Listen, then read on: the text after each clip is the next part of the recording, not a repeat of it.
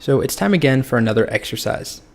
So this project here is going to cover everything that we talked about in the last few videos. So that includes things like the form tag, different types of inputs, including drop-down menus, radio buttons. It also includes validations and labels. So pretty much everything we've talked about. And what you're going to do is combine them to make a registration form for some fake website. So it's going to look like this. A form where a user can go sign up with a name, first name, last name, pick gender, pick an email, password, a birthday with 3 drop-down menus, and a checkbox to agree to the terms and conditions. So again, a few hints here. These should be text inputs. This should be a password input. This should be an email input. These are radio buttons. These are 3 select tags. This is a checkbox input. And this is a submit input. So there are validations that are required. So first name, last name, and email cannot be blank. They are required. Email must be a valid email address. So that has to follow the correct email format. And there is a bonus here. And this is one that I encourage everyone to try and find. So the point of this, this is one of our first instances of me asking you to do something that I haven't directly shown you how to do. And as I've said before, this is really what it's like to be a developer. You're tasked with something, you have some idea you want to try, and you have no idea how to do it. So you go online and you do some researching.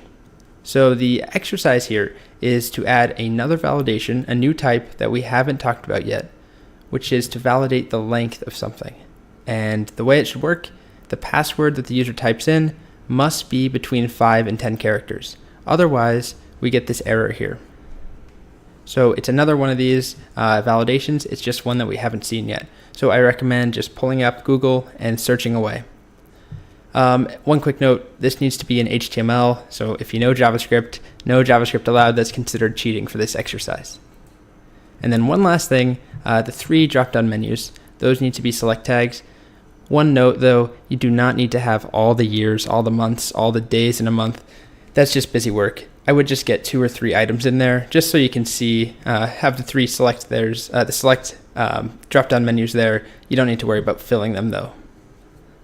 Okay, so go ahead and get started. If you want to stick around for another moment, I'm just going to give a demo of the actual site now. So again, if I leave everything blank, I need to fill this out. I need to fill in last name, radio button here, email. If I leave it blank, it tells me I need to fill it in. If I don't put a proper email, it gets mad at me. And then password has to be filled out. 1 character's not enough. 4 characters not enough. Now if I go to 5 or 6 or whatever this is, I now have enough characters.